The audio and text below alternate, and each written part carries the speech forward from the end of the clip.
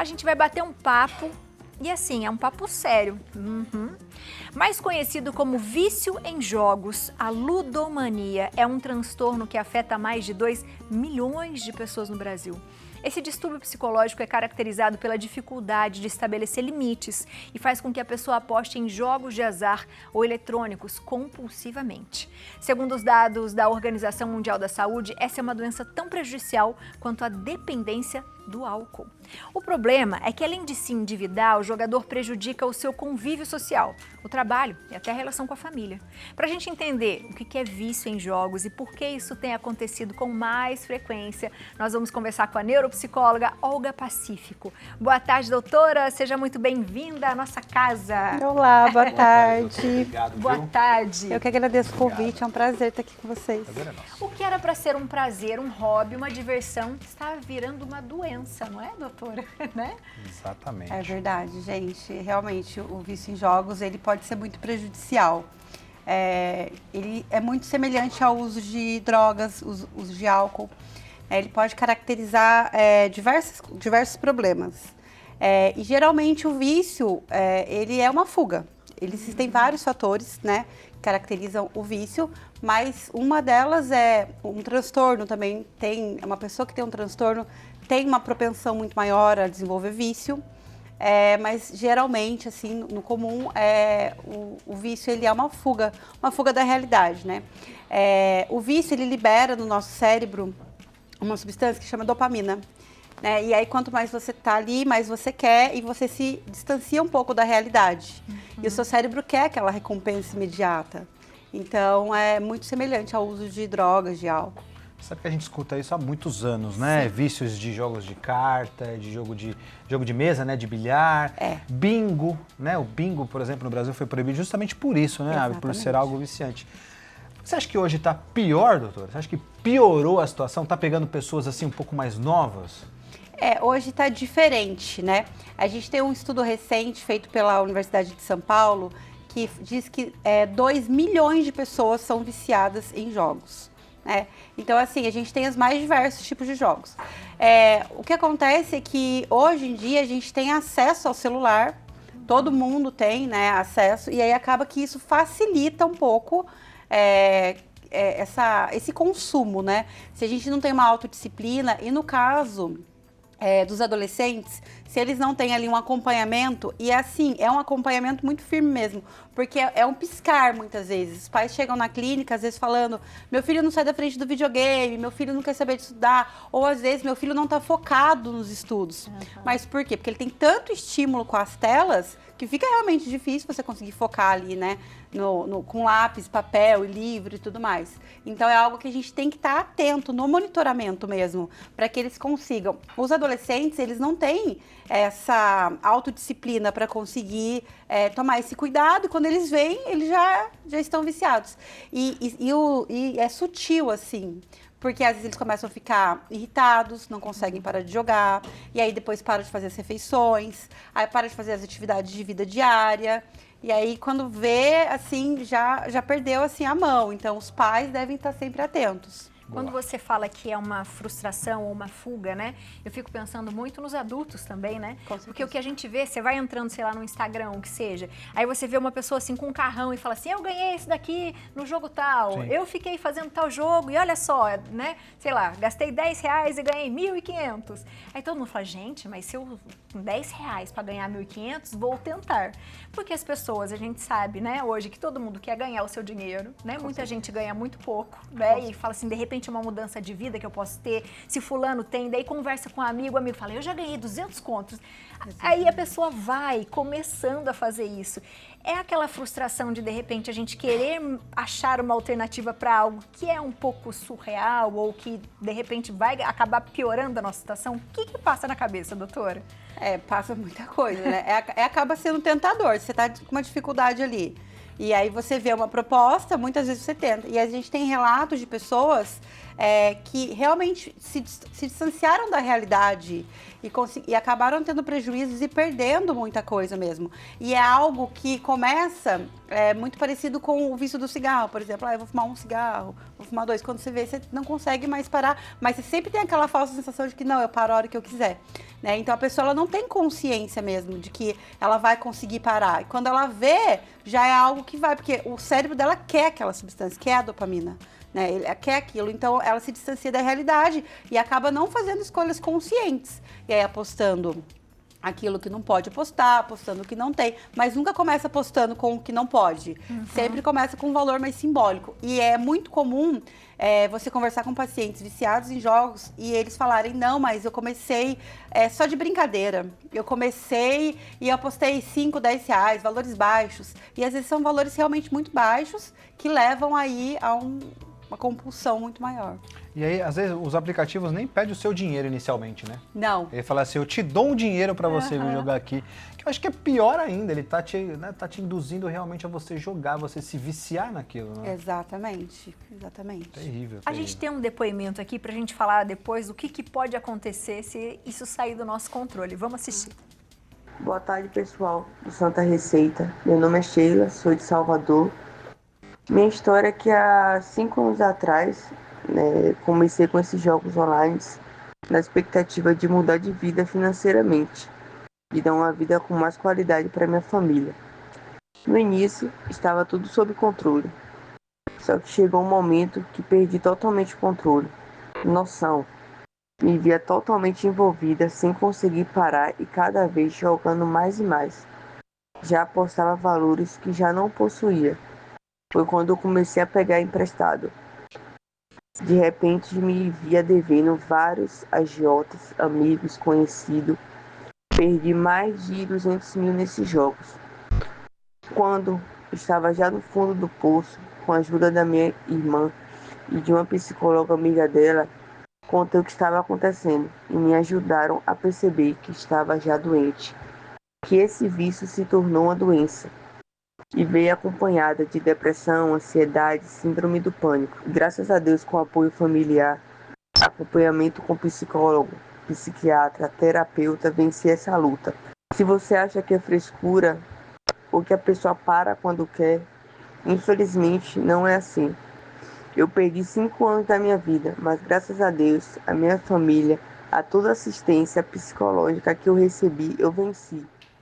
Gente, olha que depoimento. Pois Muito é. obrigada pelo depoimento Obrigado, que você viu, passou Sheila? pra Muito bom. gente e de se abrir dessa forma, né? E falar, olha, no começo, é o que a doutora falou, não era pra ser um vício, era pra ser algo mais tranquilo. Mas ela ficou 5 anos. E quando você começa a se ver emprestando dinheiro de agiota, de banco, o negócio começa a ficar muito, é uma bola de neve. Como é que isso funciona, doutora? Como que a pessoa consegue sair dessa se de repente ela não tem uma ajuda de alguém que tá observando ali do lado?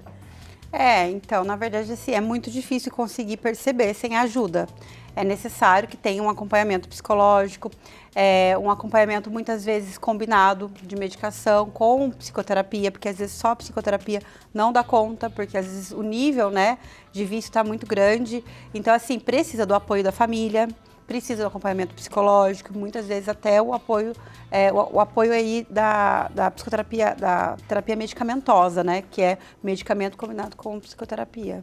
Doutora, essa forma que esses jogos induz você a ganhar, né? Como a Abi disse, você vai sempre ganhar. Você vai ganhar um carro, você vai ganhar dinheiro, você vai encher a sua conta de dinheiro, vai bancar a sua família, vai ficar rico. Isso não deveria ter alguma regulamentação no Brasil que barrasse isso de alguma forma, como os bingos, por exemplo? Acho que não deveria ter algo que pegasse nesse problema e levasse um pouco mais a sério, porque parece que está meio banalizado isso. Qualquer pessoa baixa um aplicativo, qualquer pessoa joga, qualquer pessoa aposta. Acho que isso é um pouco complicado. Eu não tenho conhecimento mais profundo sobre as leis, mas assim, eu entendo que existem algumas medidas que são tomadas, principalmente para quem divulga esse tipo de conteúdo, né? Eu não sei muito bem como funciona, porém, assim, é algo que na prática é de difícil controle, porque a gente entende também que é um problema social, né? Aí eles pegam ali aonde você tem as necessidades. E quando você está num momento de desesperado, sem necessidades básicas atendidas, você não raciocina muito bem, né? Então, realmente, no mundo ideal, deveria ter um controle, sim, com certeza. E cada vez mais difícil. Tem perguntinhas do WhatsApp, doutora, coloca pra gente. Da Letícia. Boa tarde, doutora. Gosto de joguinhos de celular. Isso pode virar um vício em jogos de aposta? Um beijo pra você, Letícia. Bom, Letícia, e aí, doutora? Na verdade, assim, vício em jogo de aposta só vai virar vício se você começar a apostar, né? O joguinho do celular, ele acaba sendo uma distração. É preciso que ela se autoavalie, entenda quanto tempo ela passa no celular.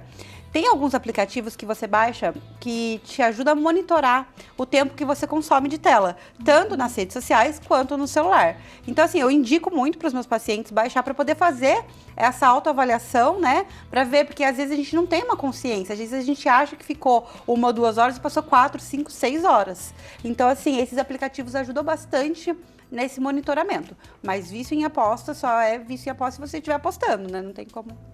Doutora, mas assim, esses joguinhos, tem lá os $3,90 para você comprar não sei quantas esmeraldas.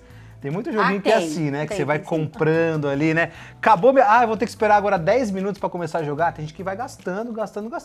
Isso também é um vício, não? Depende do quanto você está gastando, depende se isso virou uma compulsão, né? Existem pessoas que jogam e não são viciadas, né? Mas essa linha entre só jogo ou sou viciada é tênue. Porque às vezes a pessoa tá sim viciada, tá tendo aquela irritabilidade, tá tendo prejuízos sociais, prejuízos de vida, mas acha que não está tendo. Isso acontece muito com adolescentes, né? Que não tem um cérebro maduro, então ele acha, a mãe vai falar, ele fala, não, imagina, eu joguei pouco, eu só postei pouquinho, eu jogo pouquinho, na verdade não, tá tendo ali uma compulsão. Então tem que fazer uma avaliação, cada caso é um caso. É um caso. E a gente falou um pouco ali das doenças que ela acabou adquirindo por causa disso. Isso é muito comum e vira depois uma doença pior, né, doutora? Ela falou de depressão, de ansiedade, de síndrome do pânico. Isso é muito comum quando você passa por uma situação que acaba sendo um trauma, uma frustração, uma incapacidade, né? E depois você fala, como eu fui burra, por que eu fiz isso? Enfim, eu acho que deve virar culpa, vem muita coisa misturada. É comum, doutora, depois a gente, os malefícios serem tão grandes assim? Geralmente os prejuízos são grandes. E geralmente, se não há monitoramento, há recaída também. Né? Porque quando a gente fala de um transtorno, não existe cura para transtorno. Existe remissão parcial ou total de sintomas. Né? E quando a gente fala de remissão total de sintomas, significa que você está tendo uma vida sem prejuízo daquele transtorno, mas não significa que em algum momento você possa ter prejuízo novamente. Então depende do transtorno que você desenvolveu. E o vício, como a gente fala sempre em vício, que geralmente a pessoa deixa aquele vício e acaba pegando outra coisa para ela também ocupar aquele tempo. Isso pode acontecer, doutora? Pode acontecer. Se não houver um tratamento eficiente, ela transfere de um para o outro. Então, isso pode acontecer sim, mas em psicoterapia e com medicação, dificilmente a pessoa substitui uma coisa por outra, porque ela está tendo um apoio, né? Tanto familiar quanto social, né? Quanto medicamentoso, em psicoterapia. Então, assim, ela tem um suporte para que ela consiga dar conta disso. Então, dificilmente ela vai pegar uma coisa e transferir para outra. Porém, cada caso é um caso, não pode acontecer sim.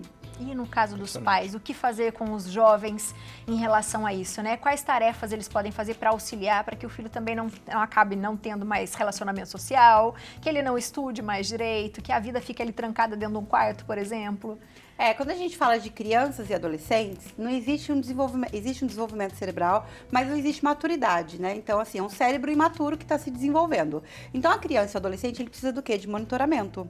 Então, ele precisa de tempo e limite bem estabelecido. Então, regras são sempre combinados muito bons. Então, horário para acordar, horário de fazer a higiene do espaço que é muito importante, atividade de vida diária, horário para jogar, que dias vai jogar, fazer combinados, né? Ter uma rotina que funcione dentro daquela casa, tanto para os cuidadores quanto para a criança e para o adolescente. E a casa sempre ganha, né, doutora?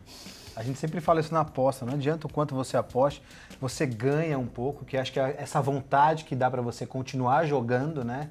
Mas não adianta, a casa sempre vence, né?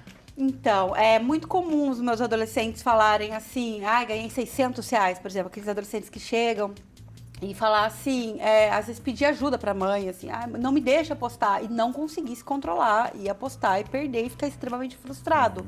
E é uma irritabilidade e são sintomas pesados, principalmente a gente tem até crianças que viciam. Nossa, infelizmente. Olha isso. Isso é muito perigoso. sério, né? É. Quando a gente está fazendo algo, por exemplo, eu comecei por hobby. Quando é necessário a gente perceber que aquilo está passando do limite? Além de fazer o controle do celular em relação às horas, tem gente que de repente não consegue instalar um aplicativo. O que deve pensar para falar, opa, melhor parar? Tira do aplicativo do celular ou, enfim, o que alternativas a gente teria, doutora? Eu acho que é auto-perceber mesmo, sabe? Entender quando você fica sem o celular, quando você não joga, você fica irritado, o que isso causa em você, né? Entender o quanto aquilo está influenciando na sua vida pessoal, né? Tem gente que não consegue usar o banheiro sem celular, tem gente que não consegue fazer as refeições sem o aparelho, tem gente que não consegue acordar e ter uma rotina e já pega o celular. Então são pequenos hábitos sutis que a gente vai fazendo para que aquilo vire uma bola de neve. Então assim, perceber mesmo.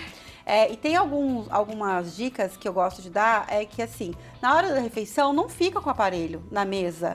Almoça, presta atenção no que você está comendo, né? Se você estiver com outras pessoas, tente socializar, tente usar o banheiro sem o celular, porque isso também é muito prejudicial. Tem gente que compra aquelas negocinho que gruda no box para ficar assistindo durante o banho. A hora do banho, às vezes, é uma grande oportunidade para que você reflita sobre a vida, né? Um momento ali. Então, assim, não ter esse tipo de hábito que é prejudicial. Né? E fazer um monitoramento mesmo, para entender quantas horas do dia que você passa acordado ali, você faz o consumo de tela. Então, isso é importante. Controle, equilíbrio, minha gente, equilíbrio, né? E a gente tem que pensar o seguinte, a nossa vida nunca vai ser igual o que está nas telas de um celular, num Instagram, enfim, nada, né? E às vezes a gente se frustra porque a gente quer ser algo que não faz parte da nossa essência, quer algo que às vezes não é nosso, que não faz parte da nossa vida, né? E são pequenos recortes de vida que as pessoas compartilham, porque a vida de ninguém é tão romântica quanto as pessoas postam nas redes sociais.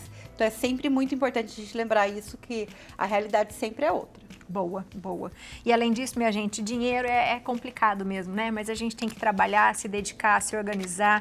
Existem outras formas da gente economizar e, de repente, conseguir as coisas na nossa vida. Doutora, seja muito bem-vinda. Volte sempre. Obrigada. Você bom, de doutora. casa, Obrigado, se tiver viu? dúvidas, Ótimo. aproveita para seguir a doutora no Instagram, @neuropsicóloga Olga Pacífico. Tá aparecendo para você aí na tela. Doutora, obrigada mais uma vez. Eu que agradeço. Muito bom.